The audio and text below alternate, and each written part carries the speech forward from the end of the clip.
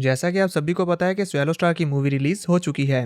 मैं उसे एक्सप्लेन करने वाला हूं, लेकिन एपिसोड मूवी के मुकाबले बहुत पीछे है, तो इसीलिए हमें मूवी की स्टोरी लाइन के साथ कनेक्ट करने के लिए एक स्पेशल एपिसोड रिलीज किया गया है। और मूवी देखने से पहले हमारे लिए इस एपिसोड को देखना बहुत जरूरी है, क्योंकि अगर हम ये नहीं देखेंगे तो हम मूवी की स्टोरी लाइन के साथ कनेक्ट नहीं कर पाएंगे और कंफ्यूज होंगे कि ये क्या हो रहा है और फैंग यहाँ पर कैसे आया।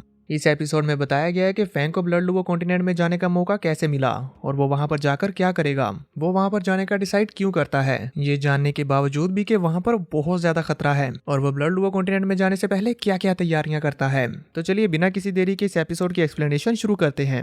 ये एपिसोड भी स्टार्ट होता है बिल्कुल उसी सीन से जहां पर लुवो फेंग अपने मास्टर किंग जेनियान की बताई हुई एक टेक्निक को परचेज करके उसे मास्टर करने लगता है। वो यहाँ पर अब अपनी डोमेन में अर्ली एयर रीजन के अंदर बैठकर कल्टीवेशन कर रहा होता है, और काफी दिनों की कल्टीवेशन के बाद जब लुवो फेंग अपनी आंखें खोलता है तो वो बोबाता को आवाज लगाते हुए उससे टाइम पूछता है।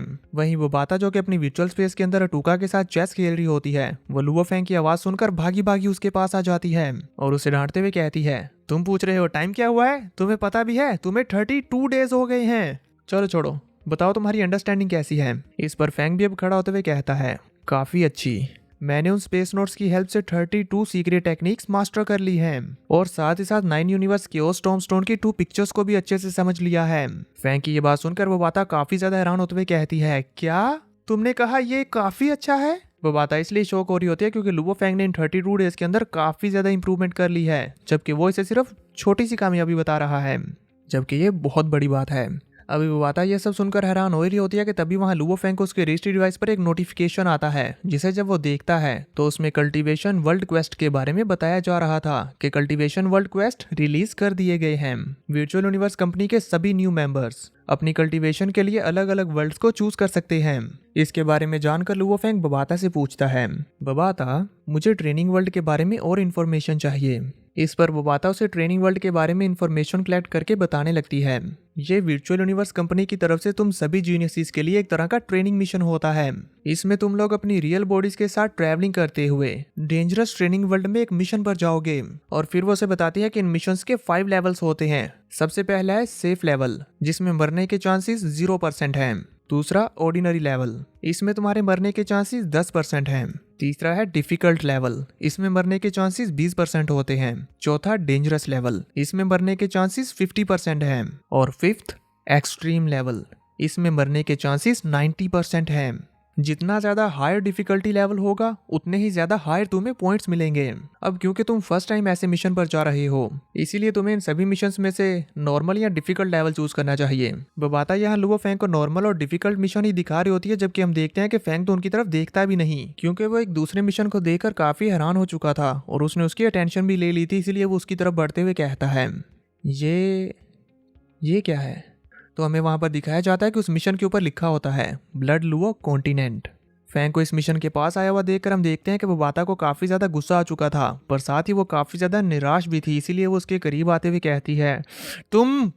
ये बोलकर वो गुस्सा हो चुकी थी, इसलिए वो फैंग से बात नहीं करती और मुंह मोड़कर खड़ी हो जाती है। इस पर फैंग बड़ी प्यार से उसके कंधे पर हाथ रखते हुए कहता है, बबाता मुझे ब्लड लूवो के बारे में बताओ। इस पर बबाता को भी समझ आ चुका था कि अब ये मेरी नहीं सुनने वाला, इसलिए वो एक गहरा सांस लेते हुए बताती है, ब्लड लूवो कॉन्टिनेंट ये एक एंशिएंट कॉन्टिनेंट है जो अर्ली ए रीजन के बनने के स्टार्टिंग के डेज से एग्जिस्ट करता है। वहां पर बहुत सारे पावरफुल लोग हैं, उन्होंने अपनी खुद की यूनिक लैंग्वेज डेवलप की है और उनकी कल्टीवेशन, सिविलाइजेशन और कल्चर हम सभी से हटके हैं उनकी हिस्टोरिकल लेगेसी के चलते। और वो लोग बहुत ही ज्यादा क्रूअल हैं। अगर उन्हें कोई दूसरे रीजन का बंदा नजर आता है तो वो बिना सोचे समझे उसे मार डालते हैं।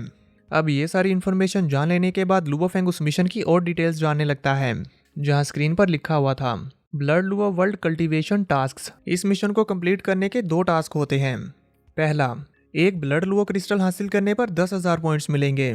दूसरा, और अगर ब्लड मार्शल आर्टिस्ट का टाइटल हासिल करते हुए ब्लड लूवो वॉरियर बन जाते हो तो तुम्हें 100,000 पॉइंट्स मिलेंगे। उस मिशन के इन दोनों टास्क को पढ़ते हुए लुवो फेंग कहता है, अगर मैंने इन दोनों टास्क को कंप्लीट कर लिया तो मुझे 110,000 पॉइंट्स मिलेंगे। अब ये सब सोच लेने के बाद लुवो फेंग वहां से जाते हुए कहता है, बबाता वहां जाने की तैयारी शुरू कर दो। इस पर बबाता अपना अफसोस जाहिर करते हुए कहती है, ठीक है, तो अब बाता भी बिना देरी किए फैंग के वहां पर जाने की तैयारी शुरू कर देती है, जिसमें सबसे पहले वो फैंग को एक कंटेनर में बंद करती है और उसके कल्टीवेशन लेवल को बढ़ाने लगती है, और इसे ही कहते हैं न्यूट्रिशन कैबिन। इस न्यूट्रिशन कैबिन की हेल्प से वोबाता ने लुओ फैंग के कल्टीवेशन लेवल को यूनिवर्स लेवल 9 तक पहुंचा दिया था। जो करते साथ साथ वो उसे बता रही होती है वहां ब्लड लुओ कॉन्टिनेंट में बहुत सारे पावरफुल लोग हैं, इसीलिए तुम्हें अपनी कल्टीवेशन लेवल को यूनिवर्स लेवल तक पहुंचाना बहुत जरूरी है ताकि तुम्हारे सर्वाइवल चांसेस इंक्रीज हो जाएं। और क्योंकि हम उस इलाके को नहीं जानते तो इस वजह से वहां पर काफी सारे हादसा भी हो सकते हैं, तो तुम्हें किसी भी सिचुएशन या इमरजेंसी के लिए लार्ज अमाउंट में सप्लाईज खरीदनी चाहिए। ये कहते साथ साथ वोबाता लुओ फैंग के लिए काफी सारे मेडिसिनल हर्ब्स और बहुत सारे ट्रेजर्स को भी बाय कर रही होती है ताकि वो किसी भी तरह की बुरी से बुरी सिचुएशन से बचकर निकल सके। साथ ही वो उसे ये भी बताती है कि तुम्हें वहाँ की लैंग्वेज भी सीखनी होगी, और अब फिर फैंग भी वोबाता के कहे अनुसार उनकी लैंग्वेज सीखने लगता है। तो तभी वोबाता फैंग को और बताती है तुम्हें वहां पर अपने गॉडली डिसेंडेंट आर्मामेंट और क्लाउड रबिंग वाइन का इस्तेमाल कभी भी नहीं करना है, और साथ ही वहां के लोगों के साथ घुलने मिलने के लिए तुम्हें अपने बैटल आर्मर के स्टाइल को भी ब्लड लुओ कॉन्टिनेंट के जैसा ही बनाना होगा। जिस पर लुओ फैंग भी इस बात के लिए एग्री हो गया था, तो वोबाता लुओ फैंग के लिए उसके आर्मर को ब्लड लुओ कॉन्टिनेंट के जैसे बनाने लगती है।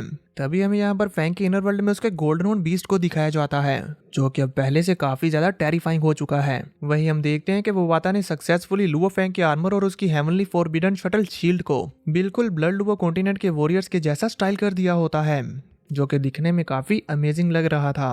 अब सारी तैयारियां हो जाने के बाद वोबाता लुओ फैंग से कहती है मैं तुम्हारे लिए जो कुछ भी कर सकती थी मैंने सब कुछ कर दिया है, और अब बाकी का सब कुछ तुम पर है। उसके ये कहते साथ ही सीन वोबाता और लुओ फैंग से उनके स्पेसशिप पर आ जाता है, जहां पर वो यूनिवर्स के अंदर फ्लाई करता हुआ जा रहा होता है। तभी हमें यहाँ पर लुओ फैंग के वॉइस ओवर से सुनाई देता है हमारे जाने से पहले मैं ये जानता था कि ये सफर खतरनाक होगा। ये भी हो सकता है कि मैं मारा जाऊं, पर मैं ऐसा नहीं सोचता। हो सकता है कि ये कॉन्टिनेंट उससे भी ज्यादा टेरिफाइंग हो जितना मैंने सोचा है, और मैं ये भी जानता हूँ कि इसके अंदर बहुत सारे सीक्रेट्स दफन हैं जिन सभी का मुझे खुलासा करना होगा। उसके इसी वॉइस ओवर के साथ हम देखते हैं कि फैंग की ब्लड लुओ कॉन्टिनेंट की जर्नी शुरू हो गई थी। तो अब देखेंगे मूवी में कि Luo Fang blood Luo continent में क्या क्या करता है। तो चलिए जल्दी ही मिलते हैं मूवी के एक्सप्लेनेशन में।